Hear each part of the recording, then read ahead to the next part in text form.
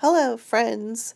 In this video I'm going to go over the problems on the Math Spiral Review number 21. And as you noticed, these are not all types of problems that we have done recently, which is exactly why I'm doing them, so that you still remember how to do them even though they're not what we are currently working on. So I'm going to go through each of these problems and help show you how they're solved. Okay, this one is a subtraction problem, and so it's got decimals as well. So we need to remember that in adding and subtracting decimals, we line up the decimals. So the first thing I'm going to do is I am going to write my problem. So I've got 53.14. And then my second digit, I'm going to go ahead, I'm going to put my decimal point here, and I'm going to work out from the decimal point to make sure my numbers are all lined up. So I've got 0.358 on the right of the decimal, and then a 6 and 2 and to the left of the decimal. And I remember that this is a subtraction problem. Okay, so the first thing we need to notice is that as they are lined up, we only have 2 places to the right of the decimal on the top number, and we have 3 places to the right of the decimal on the bottom number. So what we need to do is we need to fill in the top with a 0. Okay, so now we have the same number of digits on the top and on the bottom.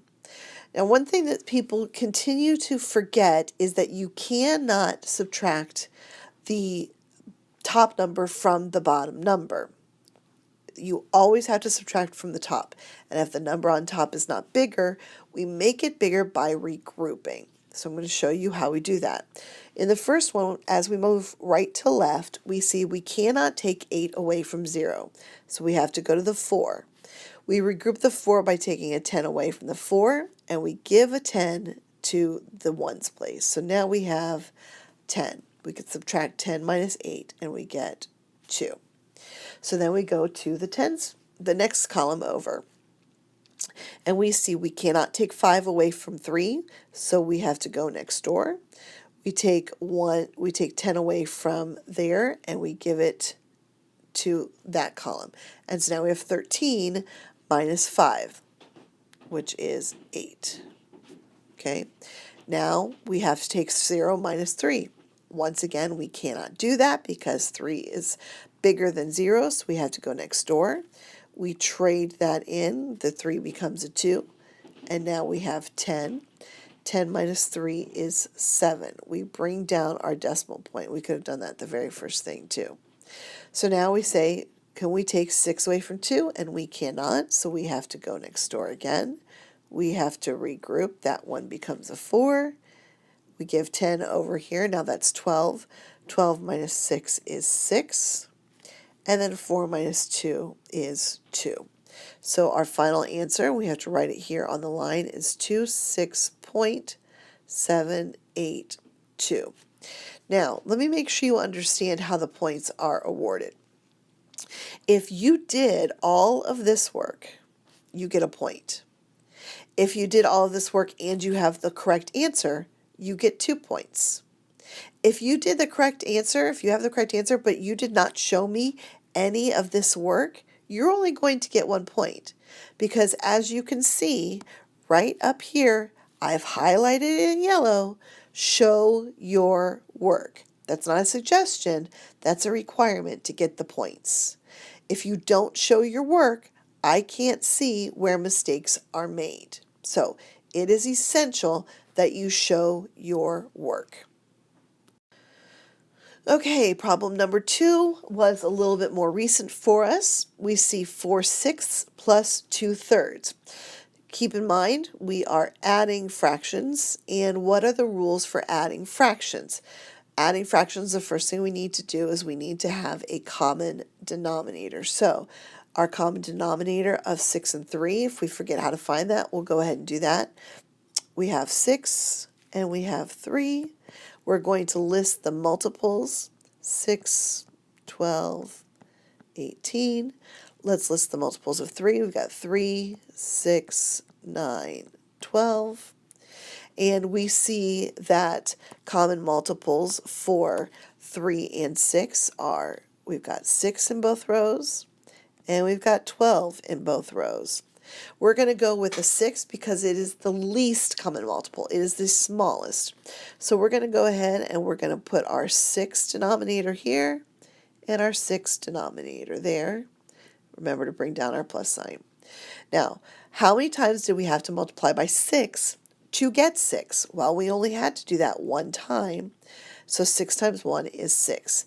Whatever we do to the bottom, we do to the top. So now 4 times 1 is 4. On the second fraction, in order to get 6, we had to multiply the 3 by 2. So whatever we do to the bottom, we do to the top. We're going to multiply the top by 2. 2 times 2 is 4. Now remember that if we have the common denominator, we get to keep it. So that's a 6. And then we just have to add the numerators, which is 8. Think about it like this. 4/6 means I've got 1, 2, 3, 4 sixes, 4/6. And then what I'm going to do is I'm going to add 4 more. So now I'm going to do 1, 2, 3, 4. Now I have 6. They are all 6ths. And how many do I have all together? 1, 2, 3, 4, 5, 6, 7, 8. It's repeated addition. 8, 6. And if we want to go ahead and reduce that, we can do that a couple different ways. We can say that I know that 1 whole is 6/6, so I'm going to take away 6/6, and that gives me 1 whole, and that leaves me with 2/6. Okay, and the other thing I can do is I can take my 8, my numerator, and divide by my denominator.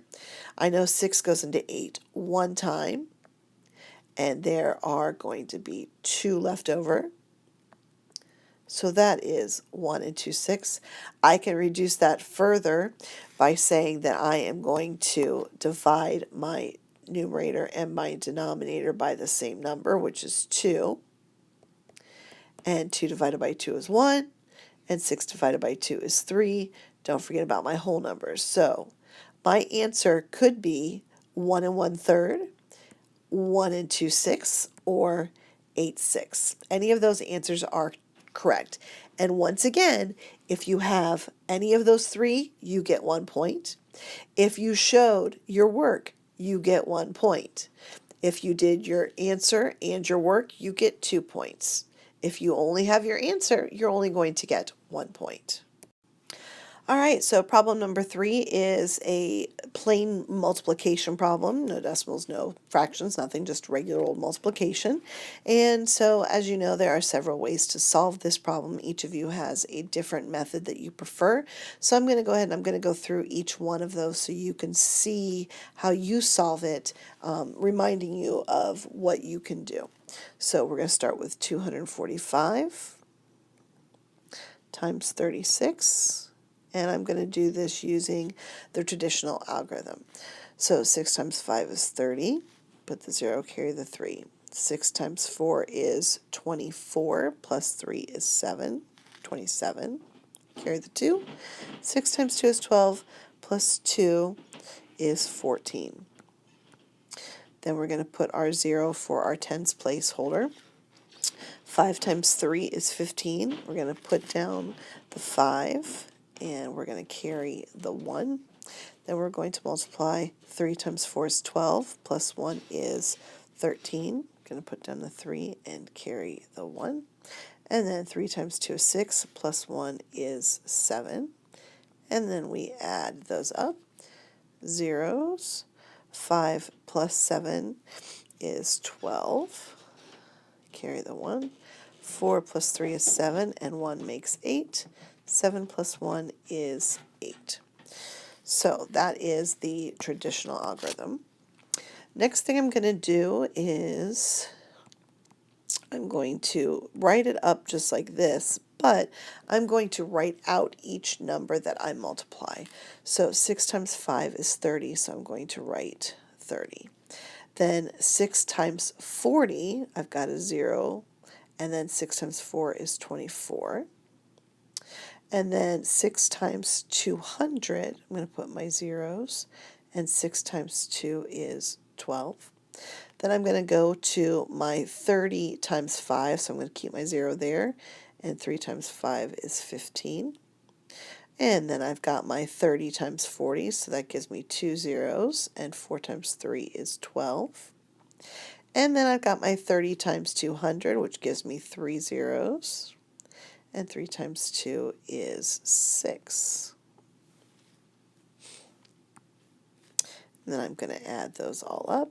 5 plus 4 is 9, plus 3 is 12. And I've got 2, 4, 6, 7, 8. And then 6, 7, 8. Okay, so far so good. We match up. And then the last version we do is over here. We're going to make our array method.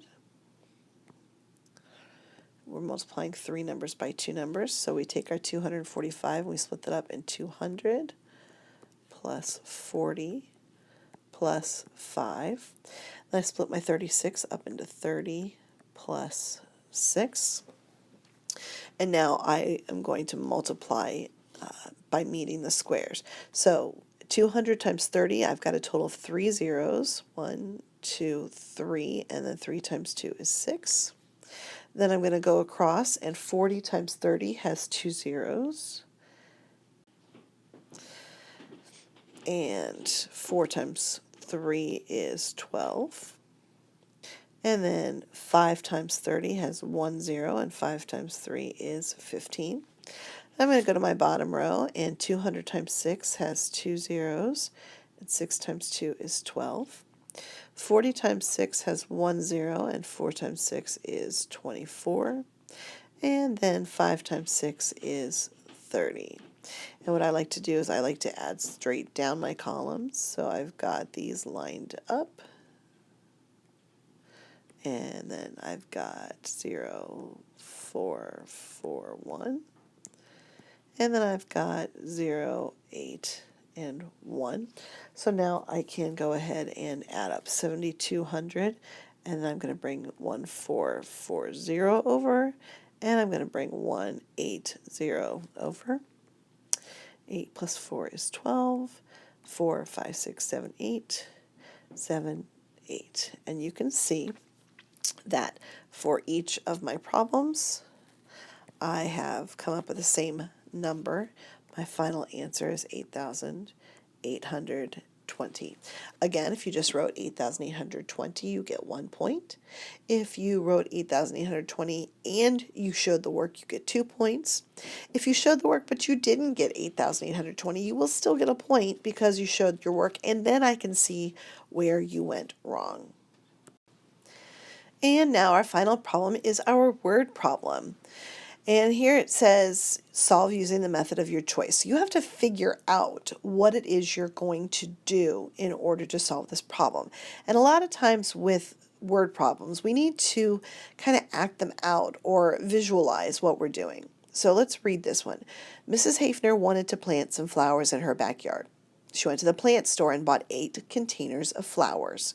Each container held 7 pots of flowers. How many pots of flowers did Mrs. Hafner buy altogether? So let's go ahead and we're going to take a look. So we're going to go back and take and see what's the important information. We want to know how many pots of flowers did she buy, okay? And we know that she bought 8 containers of flowers, and each container held 7 pots. So I'm going to make 8 containers. 1, 2, 3, 4, 5, 6, 7, 8. I have 8 containers of flowers. And so let me check that off. Now it says each container held 7 pots of flowers. So in this one, I've got 1, 2, 3, 4, 5, 6, 7. And this one I've got 1, 2, 3, 4, 5, 6, 7. I could keep doing that, or I could do this and put the number in there. Or I can understand that this is just repeated addition. And I'm going to have 7 8 times. And what does it mean when I have 7 8 times? Well, that means I've got, let me put this, I'm not sure where to put it. Oops, I don't want to do that. It means that I have 8 times 7. And 8 times 7 is 56. And we can't forget about our label. The question asks, how many pots of flowers did Mrs. Hafner buy altogether? She bought 56 pots. Now, some of you might have known right away that it was 8 times 7, but I find it really helps to act it out just to make sure that your thinking is correct. So again, with show your work, which I highlighted on every single problem of this math spiral, if you have the correct answer, you get a point. If you showed your work, whether it is drawing a picture or even showing the number sentence, you'll get a point. If you just show your work but don't have the correct answer, maybe you multiplied 8 times 7 and got 55. You're still going to get a point because I see that you knew to do 8 times 7. If you just write down 56, I'm not sure that you know how you got 56. So show your work.